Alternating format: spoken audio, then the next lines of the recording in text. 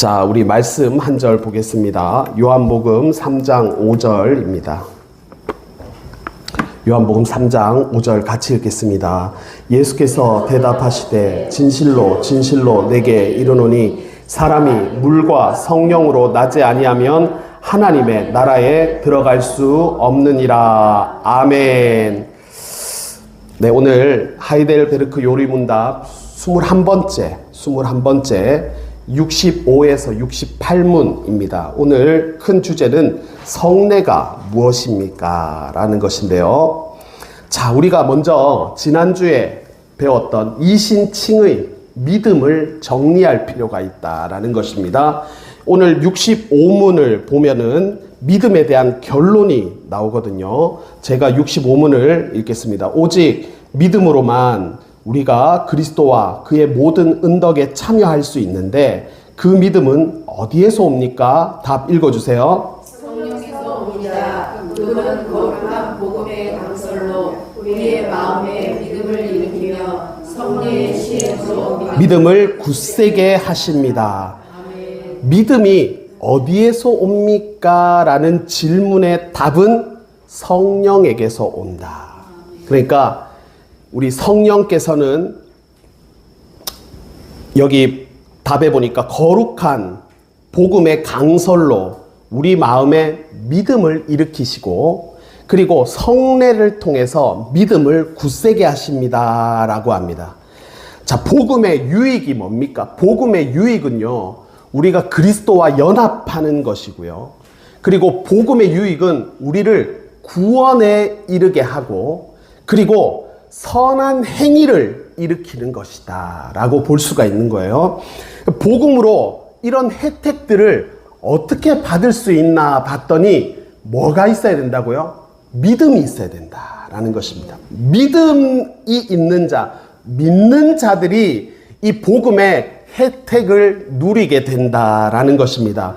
로마서 10장 9절에도 보면 내가 만일 내 입으로 예수를 주로 시인하며 또 하나님께서 그를 죽은 자 가운데서 살리신 것을 내 마음에 믿으면 구원을 얻으리라 라고 했고, 로마서 1장 16절 읽어보겠습니다. 시작. 내가 복음을 부끄러워하지 아니하노니 모든 믿는 자에게 구원을 주시는 하나님의 능력이 됨이라. 먼저는 유대인에게요, 그리고 헬라인에게로다. 아멘.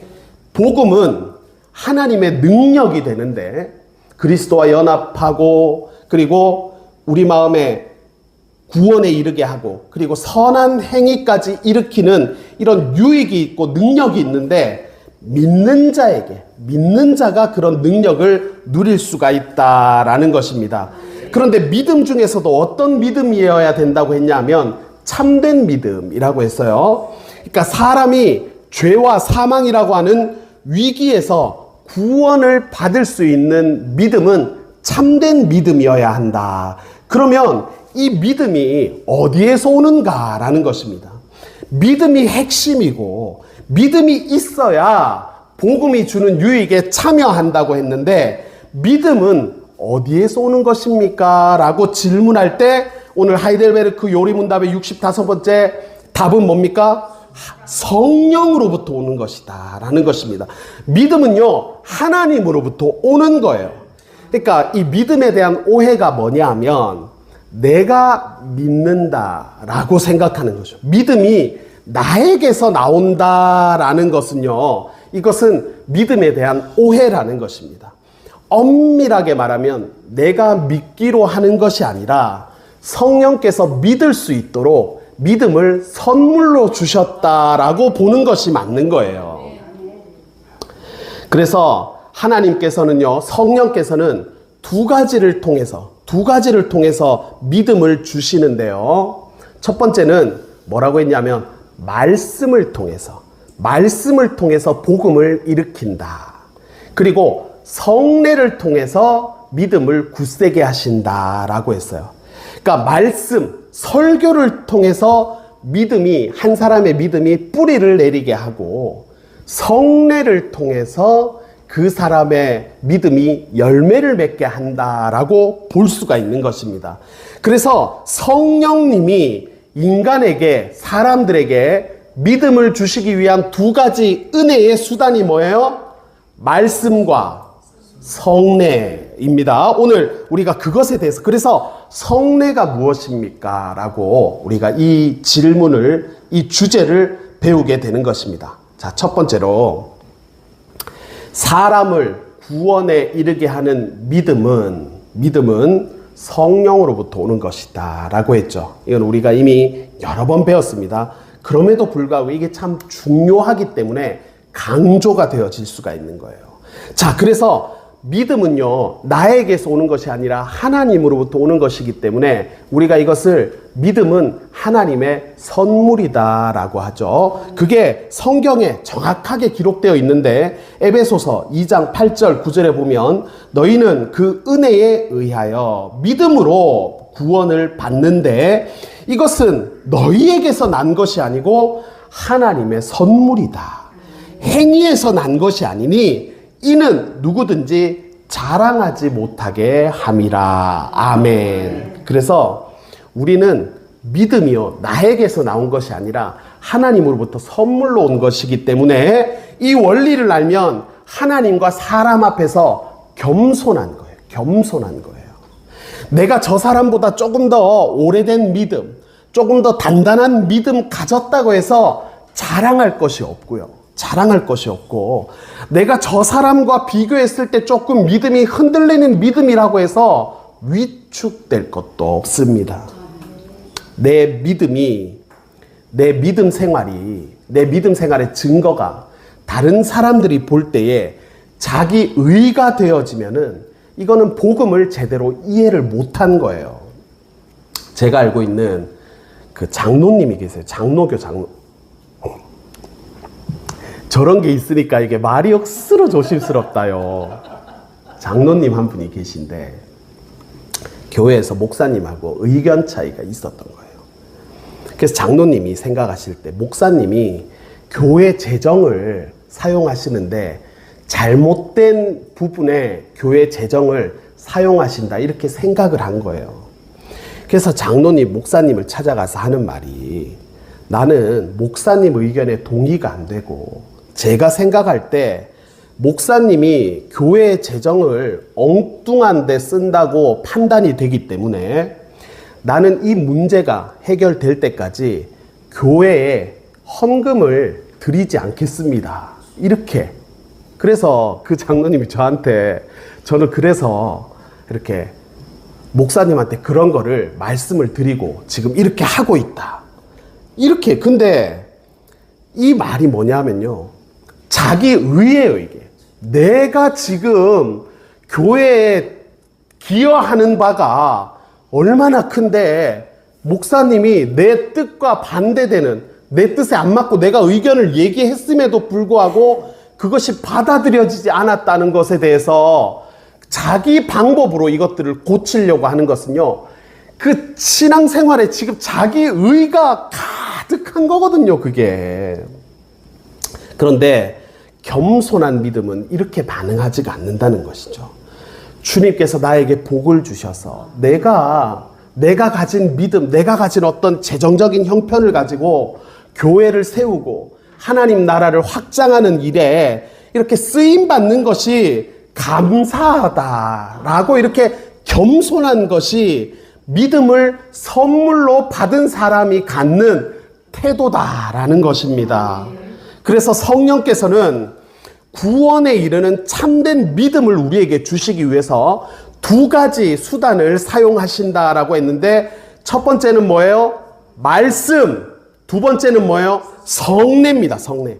자, 우리가 말씀을 통해서 우리에게 믿음을 주신다. 단순하게 표현하면 설교를 듣는 사람이 믿음을 갖게 된다라는 거는 우리가 참 많이 들어서 잘 알고 있습니다. 아무튼 성령은요, 말씀을 통해서 복음을 선포하신다. 그죠? 그리고 믿음의 씨를 뿌리신다. 그래서 로마서 10장 14절에 보니까 그런즉 그들이 믿지 않은 일을 어찌 부르리요? 듣지도 못한 일을 어찌 믿으리요? 전파하는 자가 없는데 어떻게 듣겠느냐라고 말씀하죠. 그러니까 선포하는 사람, 전파하는 사람이 있어야 복음을 듣고 믿음이 생길 수가 있다라는 것입니다. 그래서 구원이 일어나기 위해서는요, 복음을 선포하는 사람, 전파하는 사람이 있어야 되는 것입니다. 복음이 선포될 때 성령이 그 말씀 가운데 역사하는 것입니다. 그래서 성령은 말씀을 가지고 역사하신다, 이렇게 표현하는 거예요. 성령이 말씀으로 역사하신다. 이 이제 신학자들이 하는 아주 디테일한 그런 건데, 말씀으로 성령이 역사하신다 이러면은 성령 하나님이 말씀에 갇히는 꼴이 되죠. 그러니까 성령은 말씀을 뛰어넘는 분이잖아요. 그죠? 그러니까 말씀을 가지고 역사하시지만 말씀뿐만 아니라 다른 어떤 모습으로도 역사하시기 때문에 우리가 표현할 때는 성령은 말씀을 가지고 역사하신다라고 말하는 게 맞다는 것입니다. 자, 그래서 말씀을 듣는 자들은 물론이고요, 말씀을 전하는 사람들도 성령 하나님이 어떻게 역사하실지에 대한 기대감을 가져야 된다라는 것입니다. 그러니까 선포되는 말씀에 성령이 역사하셔서 그 말씀으로 믿음을 일으키시기 때문이에요. 그래서 그 말씀을 깨닫게 하시기 때문에 말씀에 따라서 생각과 행동을 성령께서 변화시키는 일을 하시도록 기도하고 우리가 기대해야 된다라는 것입니다. 그래서 여러분, 말씀을 전할 때 목회자가 말씀 사역자의 사명이 있잖아요. 말씀을 전할 때에, 말씀을 준비할 때에 성령의 역사를 기대해야 된다라는 거예요. 성령께서 지금 내가 하는 말 때문에 믿음이 생기고 사람이 변화되는 게 아니고, 이 말씀 가운데 역사하시는 성령께서 그 사람의 마음을 변화시키고 믿음의 삶으로 인도하신다라는 거예요. 할렐루야. 맞죠? 그럼 말씀을 듣는 사람들도 동일해야죠. 그죠? 목사님의 말씀이 지금 단어가 맞는지, 논리적으로 이것이 옳은지, 이것도 필요해요. 그래서 좋은 설교자는 논리적으로도 설명할 수 있어야 되고 뭐 여러 가지 그런 요소들이, 그런데 말씀을 듣는 사람들 입장에서는 오늘 설교자를 통해서 선포되는 말씀 가운데 성령의 역사하심이 무엇인가를 기대해야 된다라는 것입니다.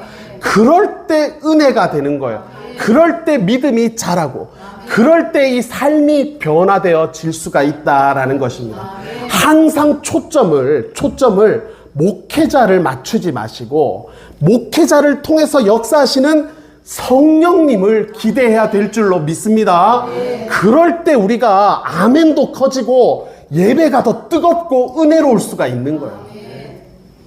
그런 여러분들 설교자를 돕는 것이요, 그런 부분입니다. 성령의 역사가 무엇인가? 성령이 오늘 설교자를 통해서 무엇을 말씀하시나? 무엇을 깨닫게 하시나? 이런 기대감을 가지면요, 그런 청중들이 기대감을 가지면, 보세요. 목회자가 성령의 역사하심을 기대하고 듣는 청중들이 성령의 임재를 사모하잖아요. 그러면 그 예배 가운데 성령의 만지심이 시작되는 거예요. 그래서 듣는 사람들의 태도와 전하는 자의 그런 모습들이 조금 부족할지라도 성령의 임재가 뜨겁게 역사하게 되는 것입니다. 항상 우리가 성령 하나님의 임재를 먼저 앞세우는 그런 교회 되어야 할 줄로 믿습니다. 자, 그래서 첫 번째가 말씀을 통해서 믿음을 주시고, 두 번째는 성례를 통해서, 은혜의 수단으로 성령께서는 성례를 사용하신다라고 했습니다. 성례가 뭐예요, 여러분?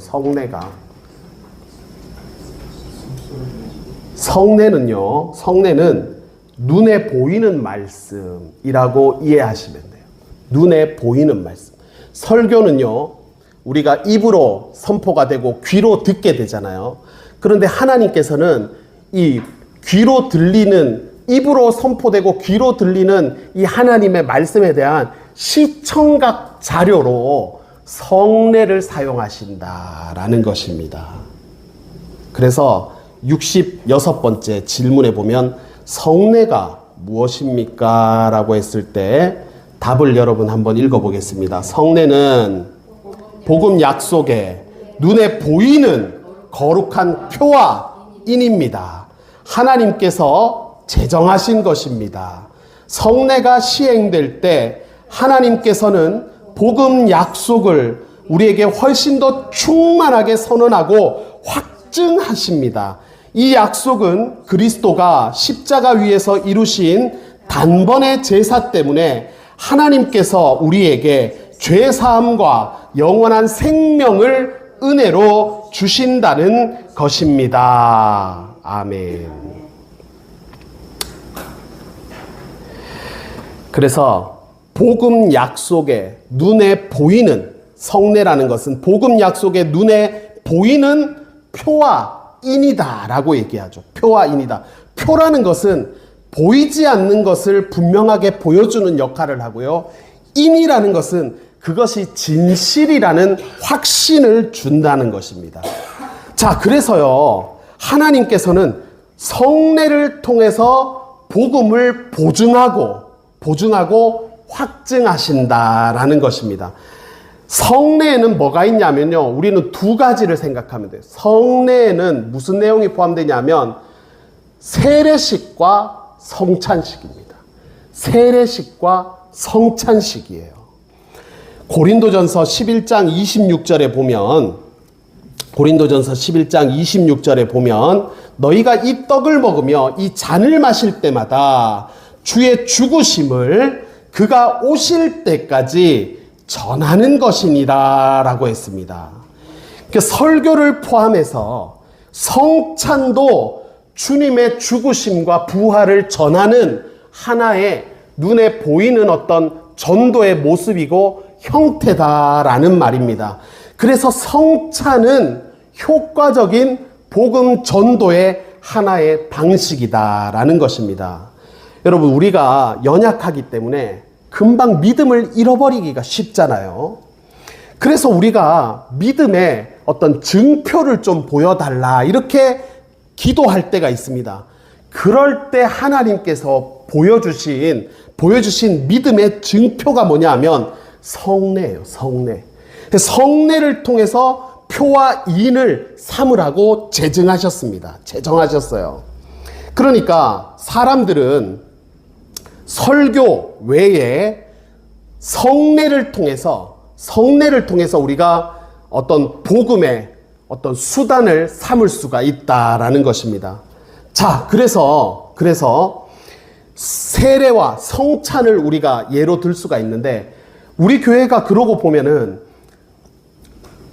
이런 세례식과 성찬식이 중요한 어떤 그런 예배의 행위라고 볼 수가 있는 거죠.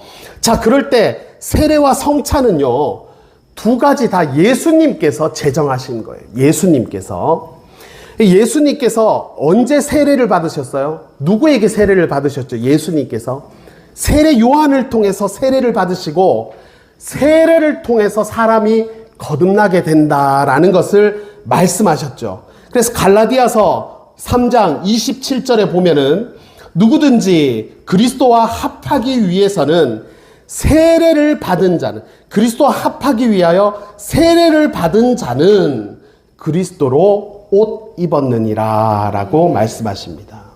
그리고 성찬은 뭐예요? 예수님이 잡히시기 전날 밤에 성찬을 행하시면서 이를 영원히 행함으로 말미암아 주를 기억하라 라고 명령하셨어요.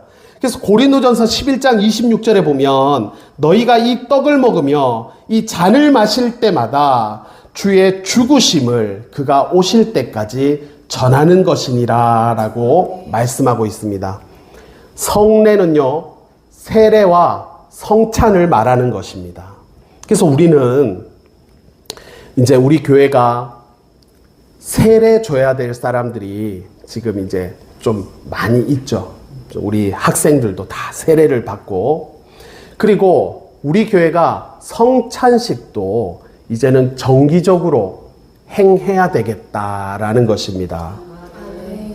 그럴 때 이제 성찬식에 이제 보좌는 당연히 이제 윤 장로님께서 성찬식 보좌를 하시고, 그동안 아마 제가 모르긴 몰라도 이제 이 장로님께서 이제 현직에 계실 때, 은퇴하시기 전에는 항상 아마 성찬 보좌를 하셨을 거예요. 그런데 이제 늘 이렇게 세대가, 믿음이 다음 세대로 이렇게 이어지고 넘어가는 것 아니겠습니까?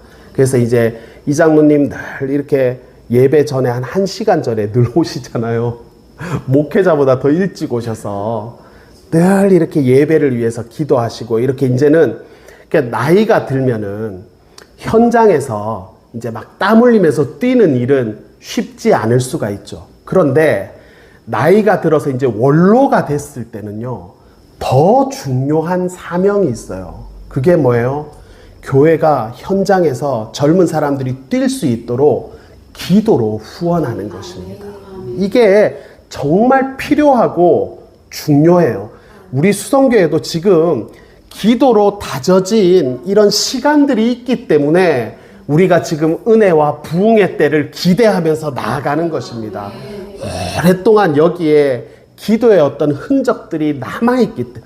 그래서 여러분, 절대로 뭐 우리가 지금 잘하고 있다 이렇게 내세울 것 하나도 없어요. 이게 전부 다 하나님께서 하시는 일이고, 그동안의 기도가 지금 이제 열매를 맺어가는 거예요. 그래서 뭐 누가 잘하네, 누가 훌륭하네, 누가 뛰어나네 자랑할 것 하나도 없고, 겸손하게 하나님의 일하심을 그렇게 기대하면 되는 겁니다. 그래서 이제 원로들은, 우리 어른들은, 교회 어른들은 이제는 젊은 사람들에게 이런 사역의 자리를 물려주면서 기도로 이제는 후원하실 때 그 기도 가운데 성령이 역사하시는 거예요. 그래서 이제는 우리 윤 장로님이 이제 성찬식 같은 거를 보좌하시면서 이렇게 눈에 보이는 어떤 그런 복음의 그런 증거들을 보여주고, 그리고 우리가 이제 기도해야 될 거는 뭐예요? 윤 장로님도 이제는 또 다음 세대를 준비해야 될 이제 연세가 되어 가신다라는 것입니다. 그 다음 세대가 또 우리 이 장로님, 윤 장로님에 이어서 다음 세대 또 한 분의 어떤 또 여러 그런 사역자들이, 그런 분들이 나올 수 있도록 우리가 일꾼이 세워질 길을 기도해야 될 줄로 믿습니다. 참 이렇게 우리 수성교회가 은혜로운 교회예요.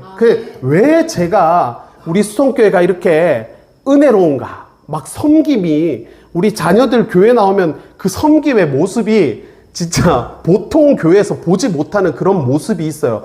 그럴 때 하나님께서 이 교회를 오랫동안 그렇게 기도로 다져 놓으셨고, 우리 교회가 언제 설립이 되었습니까? 92년도에 설립이 돼서 지금까지 하나님께서 오랜 시간 기도로 다지셨던 그런 어떤 인내의 흔적들이 이제는 우리가 작은 열매들로 나타나기를 우리가 기대하면서 나아가면 되는 것입니다. 자, 오늘의 결론은 무엇입니까? 우리의 믿음을 일으키는 것은 말씀과 더불어 그리고 성례를 통해서 우리의 믿음을 일으키신다라는 것을 우리가 확인하고 돌아가시면 되겠습니다. 할렐루야. 아멘. 기도하겠습니다.